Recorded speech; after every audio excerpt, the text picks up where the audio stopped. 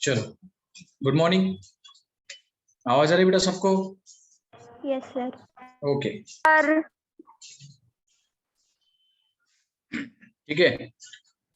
सो बच्चों, हम eukaryotic cell के सेल ऑर्गेनेल्स के बारे में डिस्कस कर रहे थे। के लेक्चर में हमने जो एंडोमेम्ब्रेन सिस्टम के दो पार्ट्स, एक लाइसोसोम और वैक्यूल, और उसके बाद राइबोसोम्स की फंक्शनिंग भी डिस्कस कर ली थी। ठीक है, तो आज नेक्स्ट सेल ऑर्गेनेल डिस्कस करते हैं, वो है माइटोकॉन्ड्रिया। That is mitochondria. तो बेटा ये जो माइटोकॉन्ड्रिया है, वैसे हर एक यूकैरियोटिक सेल में माइटोकॉन्ड्रिया जनरली प्रेजेंट होता है। उसमें कुछ एक्सेप्शनल एग्जांपल्स भी है, ऐसे कि ह्यूमन बीइंग का अगर हम एग्जांपल देखें बेटा, तो अपने ब्लड के अंदर जो आरबीसी है ना, ये एक ही ऐसी सेल अपने बॉडी के अंदर है जिसमें माइटोकॉन्ड्रिया नहीं होता। ठीक है, सो माइटोकॉन्ड्रिया नहीं तो क्या होगा बेटा, इसको अपन पावर हाउस कहते हैं ना, मतलब एनर्जी, जो एनर्जी करेंसी होती है लिविंग सेल के अंदर, सिंपली कॉल्ड एटीपी। तो उस एटीपी का सिंथेसिस और उस एटीपी का जो स्टोरेज है, ये जो फंक्शन होता है, ये माइटोकॉन्ड्रिया के अंदर होता है। सो इसमें ये जो टर्म माइटोकॉन्ड्रिया है, term mitochondria was given by एक साइंटिस्ट जिनका नाम है बेंडा। इन्होंने ये वर्ड पहली बार यूज किया था, बेंडा। अब ये जो माइटोकॉन्ड्रिया है, इसमें अल्टरनेटिव क्या कहा बेटा इसको अपन ने, it is also called as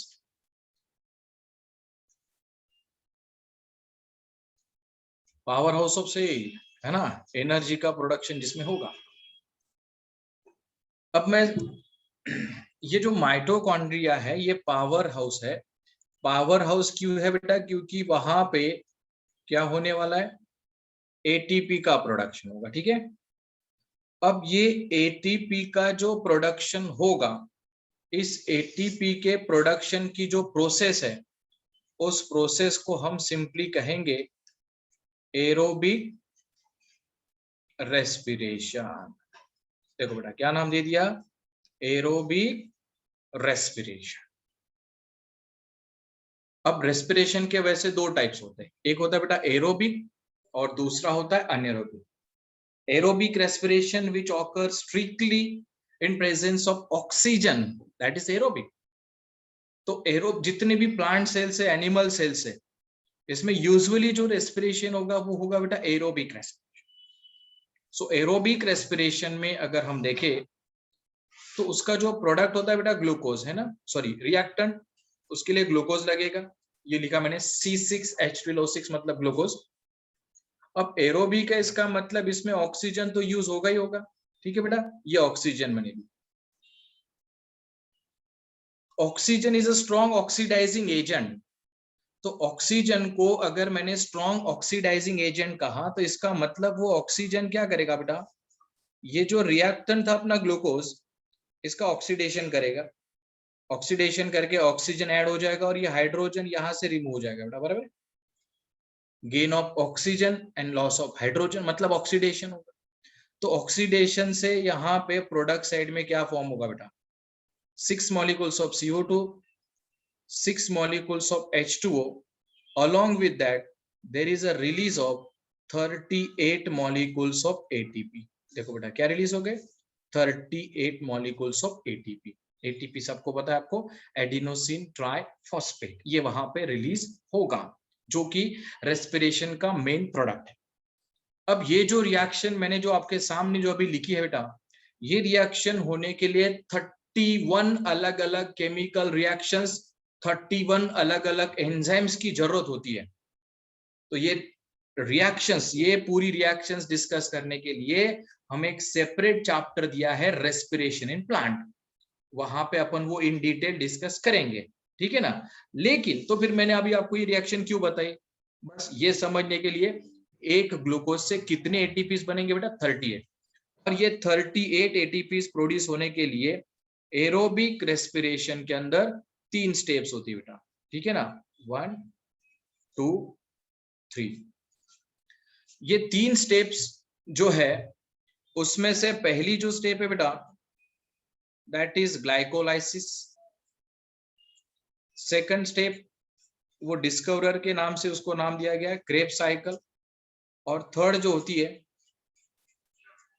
that is electron transport system. ये हो गया बेटा 3 डिफरेंट टाइप्स। अब ये टाइप्स 3 स्टेप्स मैंने क्यों कही आपको, क्योंकि उसके लिए हमें माइटोकॉन्ड्रिया का स्ट्रक्चर डिस्कस करना बहुत जरूरी है। सो नेक्स्ट स्लाइड पे अभी मैं आपको बताता हूं बेटा ultra structure of mitochondria, ultra structure of mitochondria. तो इसको मैंने अल्ट्रा स्ट्रक्चर कहा बेटा, सिर्फ स्ट्रक्चर नहीं कहा, है ना। सो अल्ट्रा स्ट्रक्चर क्यों कहा, फिर जो स्ट्रक्चर हम सिर्फ और सिर्फ इलेक्ट्रॉन माइक्रोस्कोप के अंदर ही देख सकते, सिंपल माइक्रोस्कोप में वो स्ट्रक्चर विजुअलाइज नहीं होगा। अगर उसकी डिटेल मॉर्फोलॉजी एनाटॉमी अगर हमें स्टडी करनी है सो हम इलेक्ट्रॉन माइक्रोस्कोप में ही उसको देखेंगे। सो किसी भी सेल के अंदर जो माइटोकॉन्ड्रिया है उसको अगर हम इलेक्ट्रॉन माइक्रोस्कोप में देखते हैं तो उसका स्ट्रक्चर कैसे होगा, देखो वो स्ट्रक्चर अभी मैं फिलहाल यहाँ पे निकाल रहा हूं।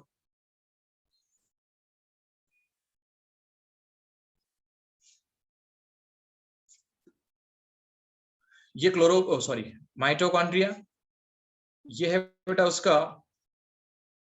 आउटर मेम्ब्रेन, ठीक है, और एक मेम्ब्रेन उसके अंदर है इनर मेम्ब्रेन, लेकिन इनर मेम्ब्रेन जो है वो कुछ इंटरवल्स में जाके फोल्ड हो जाता है, ये देखो लाइक दैट, है ना। At some intervals inner membrane get fold and it forms the finger like projections and that finger like projections are simply called as a cristae। देखो बेटा ये जो फिंगर लाइक स्ट्रक्चर्स आपको यहाँ पे दिखाई दे रहे हैं उनको क्रिस्टी कहा जाता है।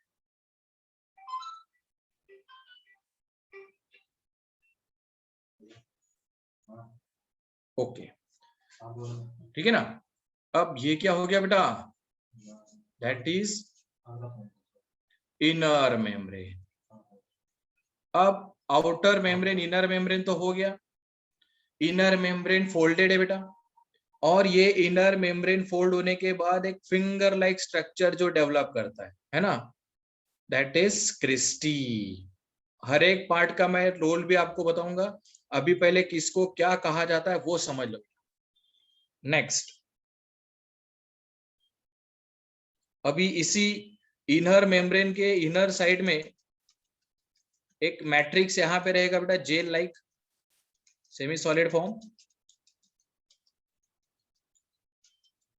ये जो डॉटेड फॉर्म में जो ब्लू कलर में जो रिप्रेजेंट किया मैंने, ये जो लिक्विड है बेटा इसको कहा जाता है माइटोकॉन्ड्रियल मैट्रिक्स, ठीक है, इसको मैंने नाम दे दिया बेटा माइटोकॉन्ड्रियल मैट्रिक्स, ठीक है। फर्दर अब इस माइटोकॉन्ड्रियल मैट्रिक्स के अंदर एक डीएनए वहां पे होगा, okay, there is a presence of circular DNA. अभी तक जितने सेल ऑर्गेनेल्स हम लोगों ने डिस्कस किए बेटा, जैसे कि ईआर एंडोप्लाज्मिक रेटिकुलम हमने देखा, गोल्गी बॉडीज, लाइसोसोम, वैक्यूल और लास्ट था राइबोसोम। इन सभी सेल ऑर्गेनेल्स में किसी भी सेल ऑर्गेनेल में हमने ये नहीं कहा था कि उसमें डीएनए है।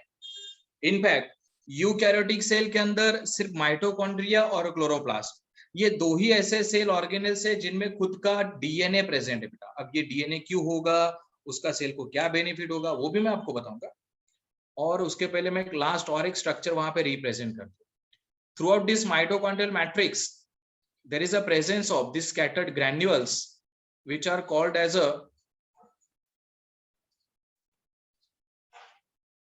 तो उसको कहा जाता है बेटा राइबोसोम, ठीक है ना, राइबोसोम। और ये राइबोसोम किस टाइप का रहेगा, राइबोसोम 70s टाइप का रहेगा।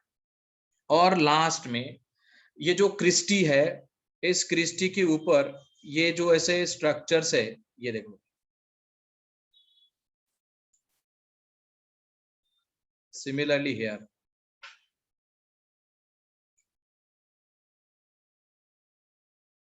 तो इन स्ट्रक्चर्स को कहा जाता है F1 पार्टिकल। अब वन बाय वन इन तीनों का रोल मैं आपको बताता हूँ बेटा, ठीक है। सर, यस, आउटर मेम्ब्रेन और इनर मेम्ब्रेन के बीच में क्या होता है? वो पेरी माइटोकॉन्ड्रियल स्पेस उसको कहा जाता है। जस्ट एक फ्लूइड वहां पे होगा, मॉलिक्यूल के ट्रांसपोर्टेशन को वो हेल्प करेगा। बताऊंगा मैं अभी भाई जितने भी लेबल्स डायग्राम में निकाले हैं,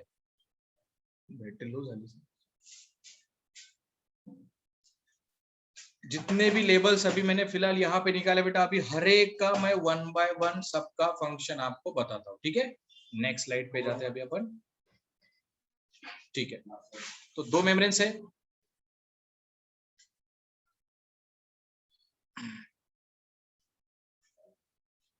नहीं प्रिया का क्वेश्चन है कि सर्कुलर डीएनए, नहीं वो प्लाज्मिड नहीं होता बेटा।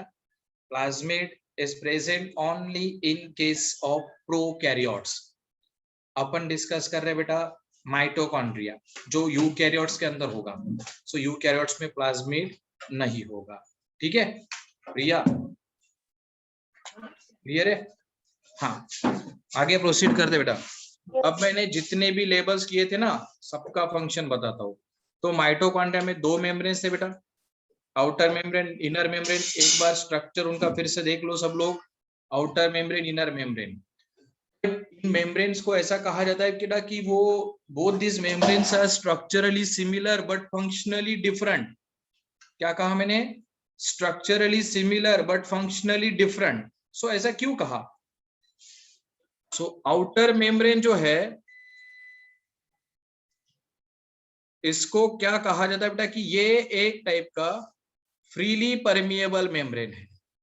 तो फ्रीली परमिएबल का मीनिंग इसके पहले 2 बार मैं आपको पढ़ा चुका हूं बेटा। Freely permeable means the membrane which gives permission to solute and solvent. सभी टाइप के मॉलिक्यूल्स को वो परमिशन दे सकता है। एक सेकंड,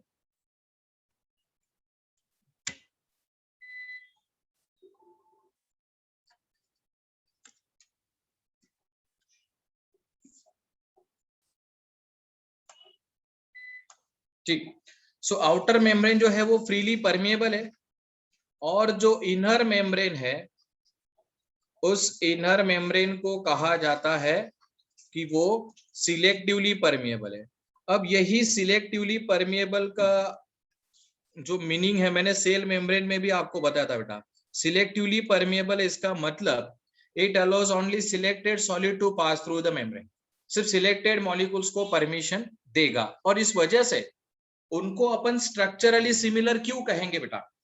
जैसे कि सेल मेम्ब्रेन में हमने देखा था 3 टाइप के मॉलिक्यूल्स थे, लिपिड्स, प्रोटीन्स, कार्बोहाइड्रेट। वैसे 3 मॉलिक्यूल इन दोनों में भी है, तो स्ट्रक्चर तो सेम हो गया ना, लेकिन फंक्शन डिफरेंट, क्योंकि एक फ्रीली परमिएबल है, दूसरा सिलेक्टिवली परमिएबल।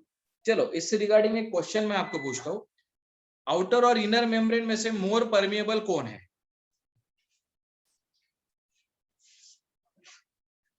आउटर और इनर मेम्ब्रेन में से मोर परमिएबल कौन रहेगा बेटा, बताओ? Outer membrane. यस, आउटर, क्योंकि वो तो फ्रीली परमिएबल है ना। अभी विपुल पाटिल का ये डाउट है कि 7 डेज राइबोसोम तो प्रोकैरियोट में रहते हैं और यूकैरियोट में 8 डेज चाहिए, बराबर कि नहीं? डाउट तो एकदम सही है विपुल का, बराबर है। तो बेटा बताता हूँ, राइबोसोम पे जब आऊंगा तब मैं वो पूरा पॉइंट दूंगा, ठीक है ना। अब पूरा वन बाय वन मैं एक एक पॉइंट का रोल आपको बता रहा हूँ, ठीक है। तो हाँ, ये आउटर और इनर मेम्ब्रेन दोनों हो गए बेटा, ठीक है। अब इस इनर मेम्ब्रेन के अंदर ये जो लिक्विड है, इसको अपन ने क्या कहा बेटा? Mitochondrial matrix. माइटोकॉन्ड्रियल मैट्रिक्स पे आते हैं अभी। Mitochondrial matrix. तो ये माइटोकॉन्ड्रियल मैट्रिक्स क्या है बेटा? It is the site of Krebs cycle. In fact aerobic respiration की जो 3 स्टेप मैंने इसके पहले इंट्रोडक्टरी लेक्चर में लिखी, देखो इंट्रोडक्टरी इसमें लिखा था, 3 स्टेप है, ग्लाइकोलिसिस, क्रेब साइकिल, ईटीएस। ये तीनों अगर होती है तो एरोबिक रेस्पिरेशन कंप्लीट होगा बेटा।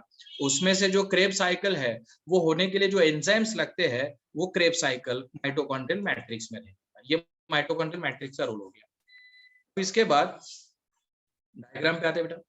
ये फिंगर लाइक प्रोजेक्शन है जिसको हमने नाम दिया बेटा क्रिस्टी, बराबर। अब इस क्रिस्टी के ऊपर ये F1 पार्टिकल है। अब इस F1 पार्टिकल का रोल क्या है? That is the electron transport system. चलो, तो F1 पार्टिकल जो है, इस F1 पार्टिकल का रोल क्या है बेटा? It is the site of electron transport system. अभी बाकी लोगों को ये डाउट आएगा कि सर ये इलेक्ट्रॉन ट्रांसपोर्ट सिस्टम वहां पे क्यों होगी, क्रेब साइकिल माइटोकॉन्ड्रिया में क्यों होगी? उसके लिए सेपरेट चैप्टर आपको दिया है रेस्पिरेशन इन प्लांट, तो उसमें तो अपन वो डिस्कस करेंगे, ठीक है। अब आते हैं दो और स्ट्रक्चर्स के बारे में। उसमें से एक देखो बेटा, that is the circular DNA.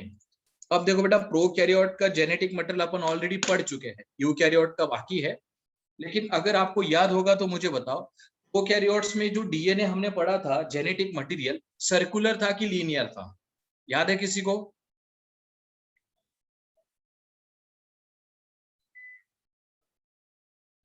Prokaryotic cell का जेनेटिक मटेरियल सर्कुलर था या लीनियर था?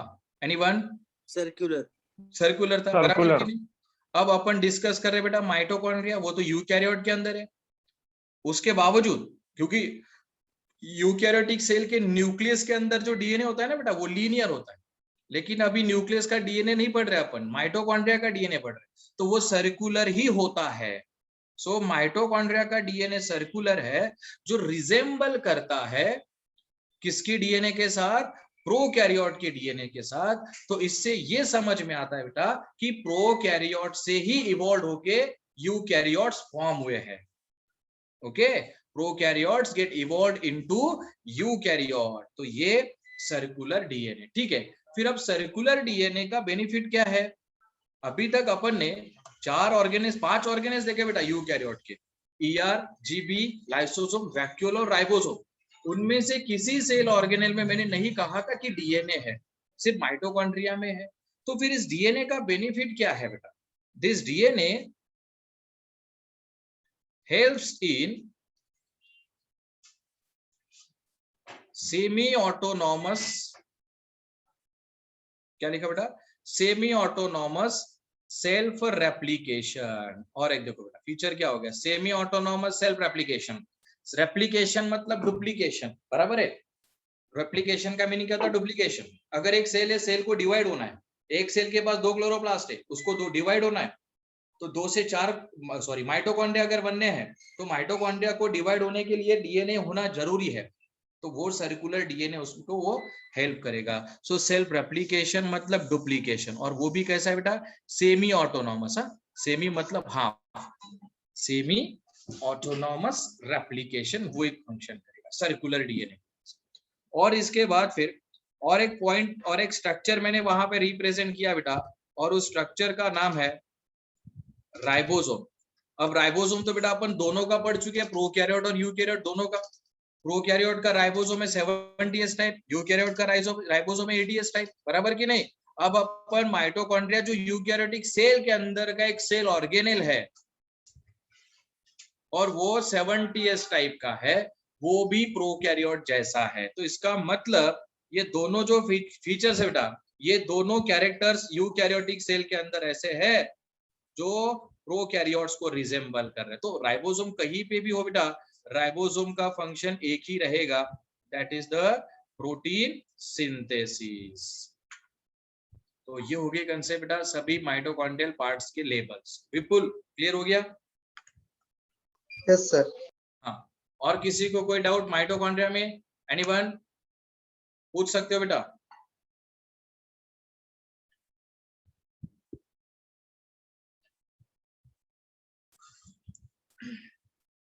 अनुराग, देवयानी, कुंदन, माहेश्वरी, मोहित, निशिका, पीयूष, प्रणव,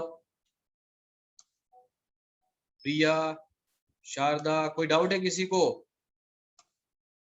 तो फिर मैं आगे प्रोसीड करता हूँ, ठीक है ना। अब इस माइटोकॉन्ड्रिया में और 2 पॉइंट्स मैं आपको बताऊं, दैट इज किसी भी सेल ऑर्गेनेज को बेटा अगर हमें माइक्रोस्कोप के अंदर देखना है तो उसकी स्टेनिंग करना मस्ट है, बराबर कि नहीं। तो वो जो स्टेनिंग प्रोसीजर है जिसमें अपन सेल को या सेल के ऑर्गेनेल को कलर करते हैं और कलर करने की वजह से उसकी इंटेंसिटी बढ़ती है, बराबर है। सिमिलरली माइटोकॉन्ड्रिया के लिए भी एक स्टेन यूज होता है, उसका नाम आपको ध्यान में रखना है। So mitochondria can be stained by, stain scientist ने जिसने डेवलप किया था उसके नाम से जेनस दो है, उसमें एक जेनस ग्रीन होता है या जेनस ब्लू भी होता है। तो ये हो गया बेटा उस स्टेन का नाम। और लास्ट में ये जो माइटोकॉन्ड्रिया है, that mitochondria can divide by fission. जैसे बैक्टीरिया का जो फिजन होता है बेटा, एक सेल से 2 सेल्स बनेंगी, दैट इज फिजन। यही डिवीजन की मोड माइटोकॉन्ड्रिया के अंदर भी होगी। दूसरी बात, सेल के अंदर माइटोकॉन्ड्रिया का नंबर कितना होगा ये तो कुछ फिक्स नहीं रहेगा बेटा, ठीक है ना। लेकिन बस एक रिलेशन ध्यान में रखो, more the number of mitochondria cell will be more. जितनी सेल एक्टिव है मतलब उतना माइटोकॉन्ड्रिया का नंबर उसमें ज्यादा है।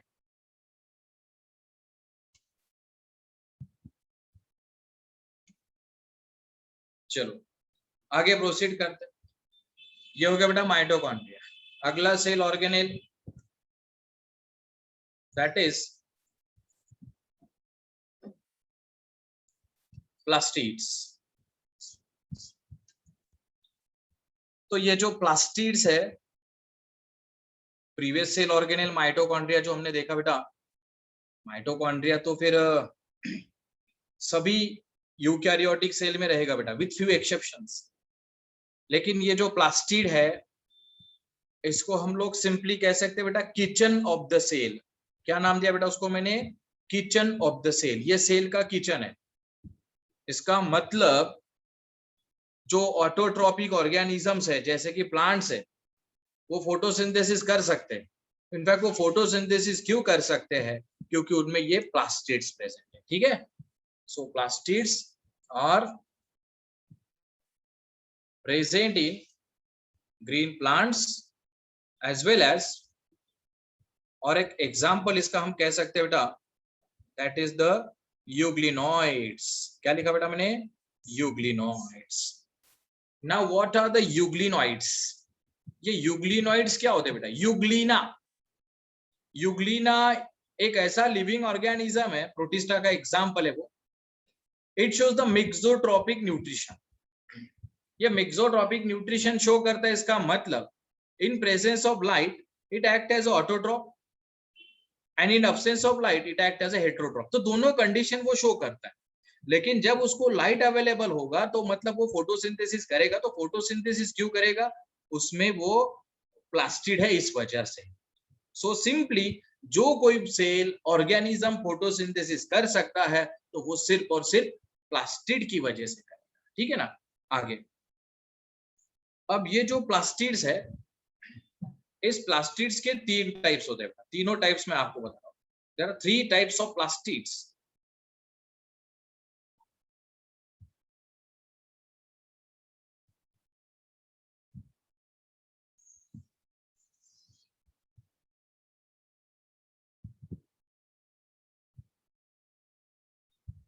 तीन टाइप्स कौन कौन से? देखो ना, एक सबसे पहला टाइप है उसमें क्लोरोप्लास्ट, ठीक है। Second type is of chromoplast and third type is leucoplast. ये हो गया बेटा 3 टाइप्स, क्लोरोप्लास्ट, क्रोमोप्लास्ट, ल्यूकोप्लास्ट। तीनों टाइप्स आपके सामने हैं। इन तीनों में आपको कॉमन क्या दिखाई दे रहा है बेटा? प्लास्ट। ये देखो, प्लास्ट प्लास्ट प्लास्ट, क्योंकि ये तीनों प्लास्टिड के टाइप है, बराबर है। हाँ, तो जो वर्ड इनको डिस्टिंग्विश करता है, इसका मीनिंग क्या है वो मैं आपको बताता हूं। अभी जैसे कि देखो यहाँ पे वर्ड आ गया बेटा क्लोरो, तो क्लोरो का मीनिंग होता है जनरली ग्रीन, ओके। लेकिन क्लोरोप्लास्ट का मतलब क्या है? It is the type which is having green and non green colour pigments.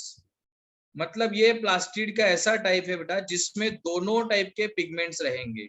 एक ग्रीन कलर के पिगमेंट जिनको हम सिंपली कहते हैं बेटा chlorophylls, chlorophyll A B C D E like that, और दूसरे होते नॉन ग्रीन। वो नॉन ग्रीन की भी कौन से, उसके भी एग्जांपल्स मैं आपको बताऊं। तो ये क्लोरोप्लास्ट होता है। अब जो सेकंड टाइप है उसके बारे में डिस्कस करते हैं, क्रोमोप्लास्ट। क्रोमोप्लास्ट में ये क्रोम वर्ड का मीनिंग होता है बेटा कलर। हाँ, क्रोम मतलब कलर, लेकिन कौन सा colour? Other than green, green colour छोड़ के। तो मतलब इसमें भी पिगमेंट्स रहेंगे बेटा। अभी यहाँ पे मैं जो पिगमेंट्स की बात कर रहा हूँ बेटा, ये पिगमेंट्स का काम क्या होगा? फोटोसिंथेसिस करना। और ये फोटोसिंथेसिस के लिए क्या लगता है बेटा? लाइट एनर्जी लगेगी कि नहीं? तो वो लाइट एनर्जी ट्रैप करने का काम इस क्रोमोप्लास्ट का होगा, ठीक है ना। सो क्रोमोप्लास्ट क्या करेगा? देखो, chromoplast has a presence of only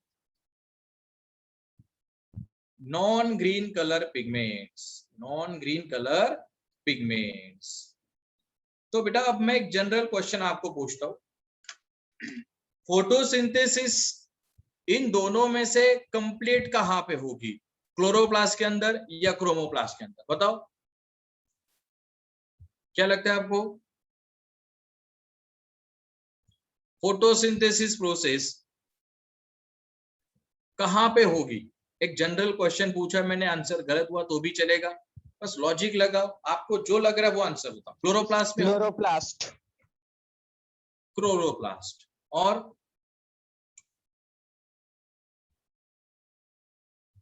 बस एक ही आंसर आया। डॉक्टर अनुराग? ओके, क्लोरोप्लास्ट, ठीक है। सो फोटोसिंथेसिस की जो प्रोसेस है वो सिर्फ क्लोरोप्लास्ट में होगी बेटा, क्योंकि उसमें ग्रीन और नॉन ग्रीन दोनों कलर के पिगमेंट्स है। उसमें से ग्रीन कलर के जो पिगमेंट्स है वो फोटोसिंथेसिस के लिए इसेंशियल है, इसेंशियल है, मैंडेटरी है। वो अगर है तभी तो फोटोसिंथेसिस होगी, अदरवाइज नहीं होगी। अब इसमें नॉन ग्रीन कलर के जो पिगमेंट्स है, इसके कुछ एग्जांपल्स मैं आप लोगों को बताऊं। इसमें पहला एग्जांपल है ज़ैंथोफिल। ये ज़ैंथोफिल जो है ये येलो कलर का पिगमेंट है। दूसरा है कैरोटीन, और ये जो कैरोटीन है ये ऑरेंज कलर का पिगमेंट, कैरेट में ये डिस्कवर्ड हुआ था। और लास्ट एग्जांपल मैं आपको बता दूं, लाइकोपिन, जो टोमेटो के फ्रूट वॉल में होता है बेटा, that is red colour pigment, बराबर कि नहीं। सो ये तीन नॉन ग्रीन कलर के है बेटा। कौन सा पिगमेंट किस कलर का है वो ध्यान में रखो नाम, ज़ैंथोफिल, कैरोटीन एंड लाइकोपिन। ये तीनों किसके टाइप हो गए? क्रोमोप्लास्ट के एग्जांपल्स है। अब रहा सवाल तीसरे टाइप्स के बारे में। तीसरा जो टाइप है जिसको मैंने क्या नाम दिया बेटा? ल्यूकोप्लास्ट जो है ना।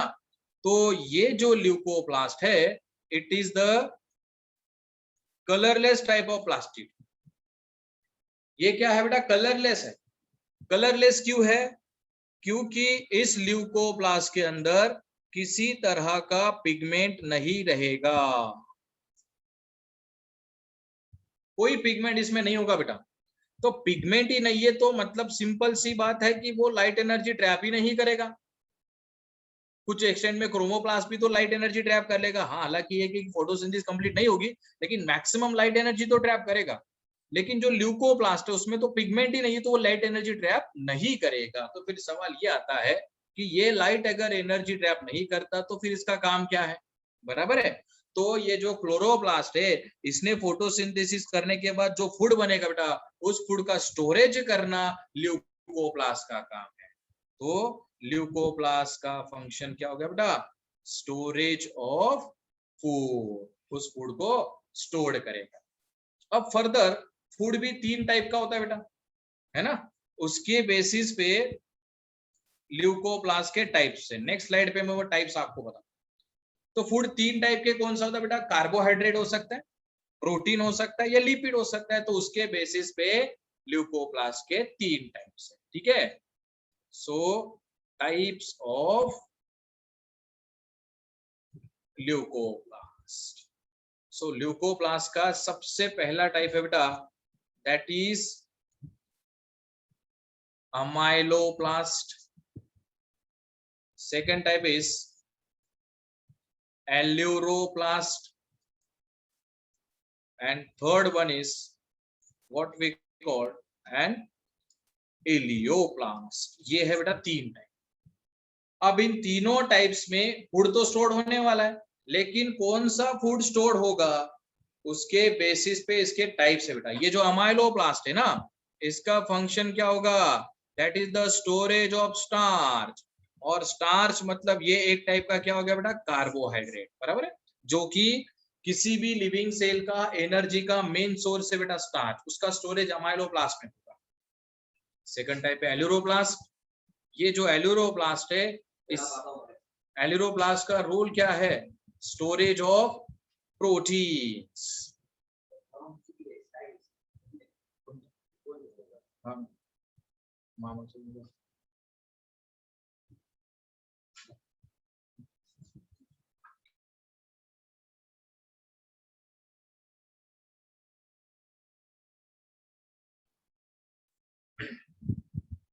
एल्यूरोप्लास्ट स्टोरेज ऑफ प्रोटीन्स, और इलियोप्लास्ट जो है उसका फंक्शन क्या है बेटा? That is the storage of fat और ऑयल।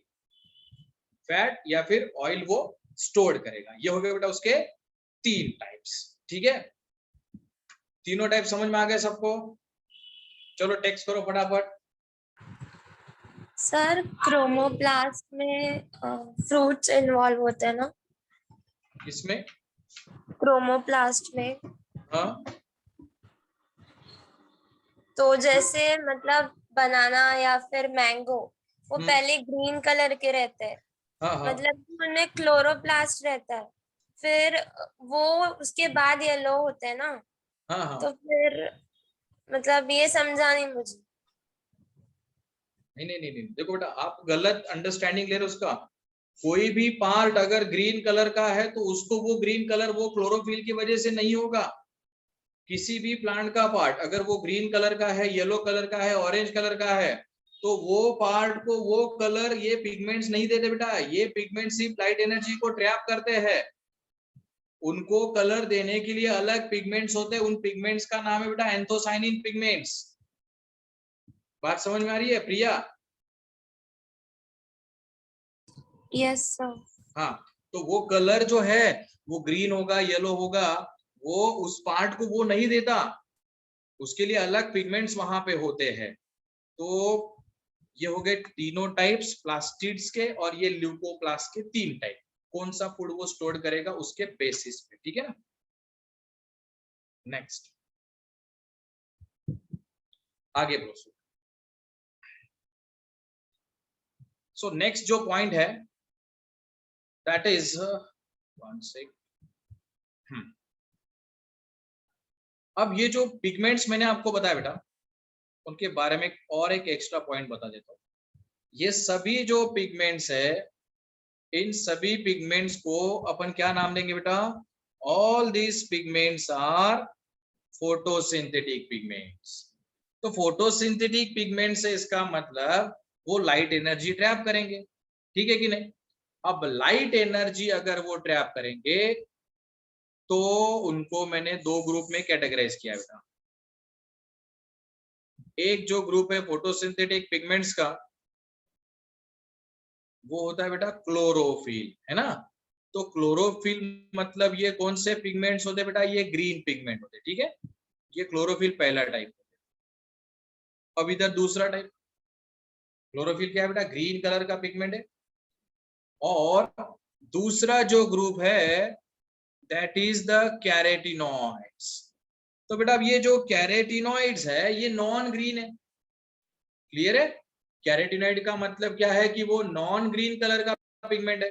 तो नॉन ग्रीन मतलब अभी मोस्टली स्टूडेंट क्या कर सकते कि कैरेटिनॉइड मतलब सिर्फ कैरोटीन कंसीडर करते, लेकिन नहीं। तो कैरेटिनॉइड ग्रुप में सभी के सभी नॉन ग्रीन कलर पिगमेंट उसी में आ जाते बेटा, सभी नॉन ग्रीन पिगमेंट उसमें आते हैं। हाँ, जैसे कि उसमें पहला एग्जांपल अगर अपन देखें बेटा, कैरोटीन जो ऑरेंज कलर का मैंने आपको बताया इसके पहले। दूसरा रहेगा बेटा उसमें ज़ैंथोफिल, येलो कलर का होगा, बराबर है। और तीसरा है लाइकोपिन, रेड कलर का। ये तीनों किसकी किस कैटेगरी में आते हैं बेटा, कैरेटिनॉइड के अंदर। और फिर क्लोरोफिल ग्रीन कलर के जो पिगमेंट्स है उनको कैसे रिप्रेजेंट, देखो बेटा मैंने क्या लिखा, CHL। तो CHL मतलब ये होता है बेटा क्लोरोफिल। हाँ, तो chlorophyll A, B, C, D, E, ये सब क्या है बेटा, ये सब क्लोरोफिल है ना, क्लोरोफिल ABCD। अब इन सब के बारे में एक फीचर हमेशा ध्यान में रखना बेटा, ये तीनों और ये क्लोरोफिल, ये जितने भी पिगमेंट्स है this pigments are fat soluble. वो फैट में डिसॉल्व हो सकते हैं बेटा, but they are water insoluble. क्या लिखा मैंने, वो वाटर इनसोल्यूबल रहेंगे बेटा। तो वो एक केमिकल फीचर, उसका केमिकल प्रॉपर्टी को बेस करता है। अब ये जितने भी पिगमेंट्स है इन पिगमेंट्स को दो ग्रुप में कैटेगराइज किया जाता है बेटा, वो मैं आपको बता दूं।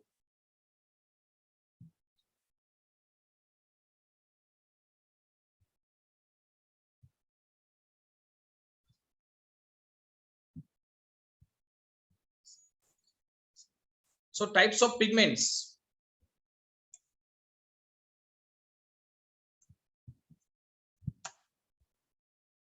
So पिगमेंट्स के दो टाइप्स होते हैं बेटा। हाँ, एक जो टाइप है पिगमेंट्स का that is the essential pigment. तो बेटा ये एसेंशियल पिगमेंट किसको कहा जाता है, that is to chlorophyll A। देखो बेटा क्या लिखा मैंने, बताता हूँ, उसका रीजन भी मैं बताता हूँ कि क्लोरोफिल A को अपन एसेंशियल पिगमेंट क्यों कहेंगे। क्लोरोफिल A जो है, अभी इसके प्रीवियस स्लाइड में जितने भी पिगमेंट्स मैंने आपको बताया बेटा, उसमें से सिर्फ क्लोरोफिल A वाला जो है वो एसेंशियल है। एसेंशियल है मतलब मैंडेटरी है वो, है ना। आगे देखो बेटा आगे,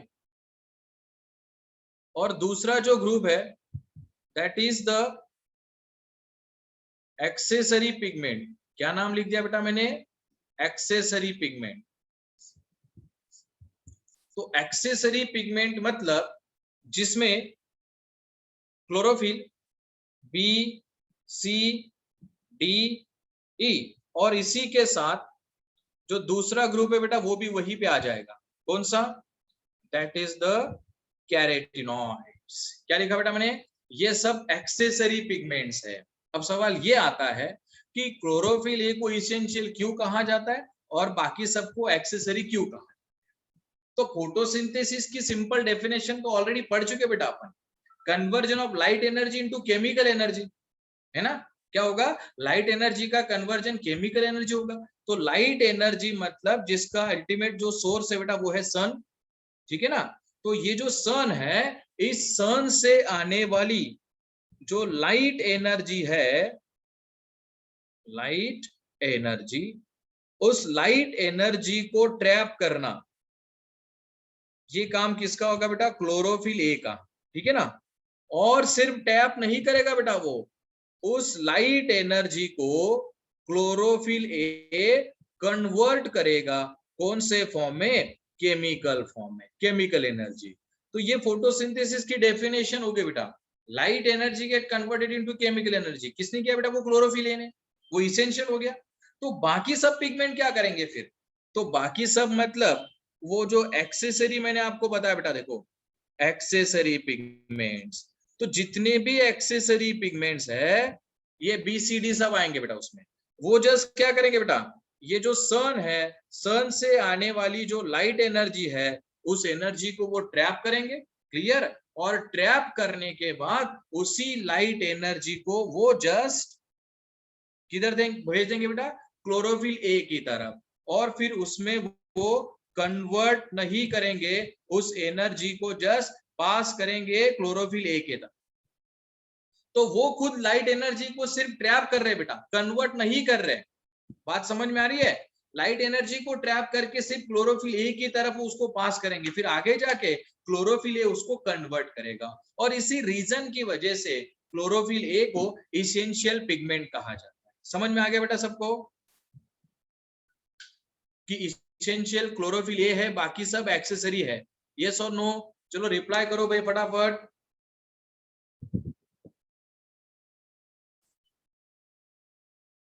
वैष्णवी चौधरी यस। देखो भाई 17-18 पार्टिसिपेंट्स है, बस उसमें से एक दो लोग रिप्लाई करते तो उसमें कुछ पॉइंट नहीं है। मोहित यस, युगेंद्रा क्लियर हो गया।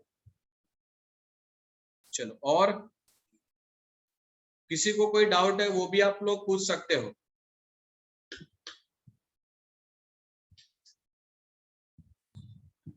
सर कैरेटिनॉइड्स में सिर्फ 3 ही पिगमेंट्स हाँ। आते हैं। कैरोटिनॉइड्स में 3 ही मेन है, ये जो मैंने प्रीवियस एग्जांपल्स बताया। तो मुझे बताओ बेटा, ये सभी पॉइंट्स नोट कर लिया आप लोगों ने? यस और नो?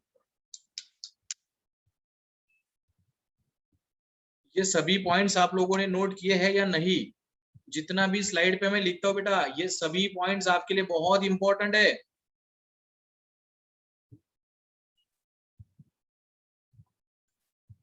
दो मिनट में प्रीव्यू सब दिखा देता हूं मैं आपको।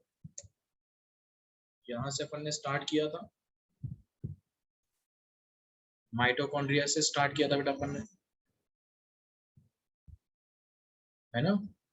ये माइट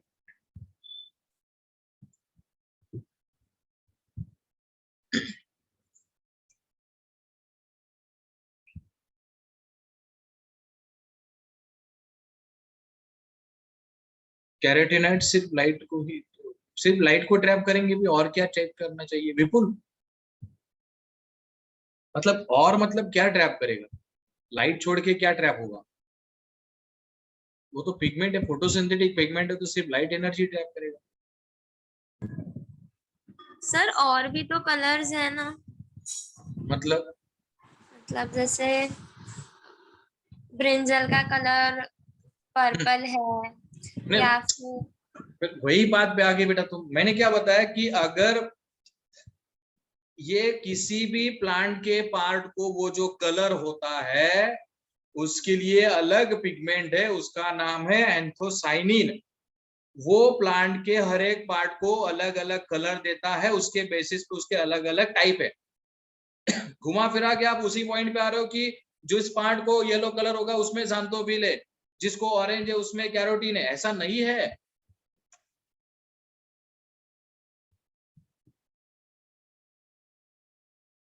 अब विपुल का ये है कि क्लोरोफिल की अमाउंट बढ़ा दी, तो बेटा क्लोरोफिल की अमाउंट बढ़ा दी मतलब क्लोरोफिल कैसे बढ़ाओगे?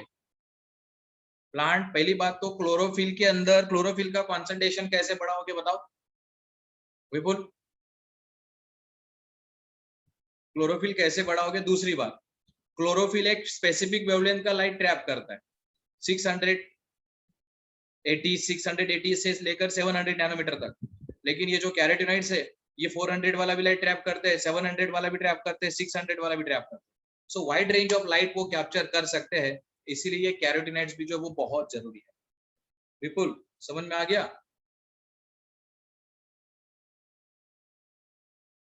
ओके, और किसी को कोई डाउट? प्रिया, डाउट क्लियर हो गया? कलर तो बहुत टाइप के हैं, क्लियर? Yes sir. हाँ चलो, सो ये हो गया बेटा माइटोकॉन्ड्रिया और प्लास्टिड। आगे जाके अभी ये जो 3 टाइप्स हमने देखे बेटा प्लास्टिड के, क्लोरोप्लास्ट, क्रोमोप्लास्ट और ल्यूकोप्लास्ट, है ना? इन तीनों टाइप्स में से सबसे मेजर टाइप है बेटा क्लोरोप्लास्ट, और इसी क्लोरोप्लास्ट के बारे में आगे जाके हम डिस्कस करने वाले हैं, ठीक है? तो क्लोरोप्लास्ट कल के लेक्चर में उसका डायग्राम और उसके डायग्राम के साथ उसमें जो अलग अलग पार्ट्स है उन सब का फंक्शन भी हम डिस्कस करें, ठीक है। सो फिलहाल यहाँ पे रुकते बेटा, बाय।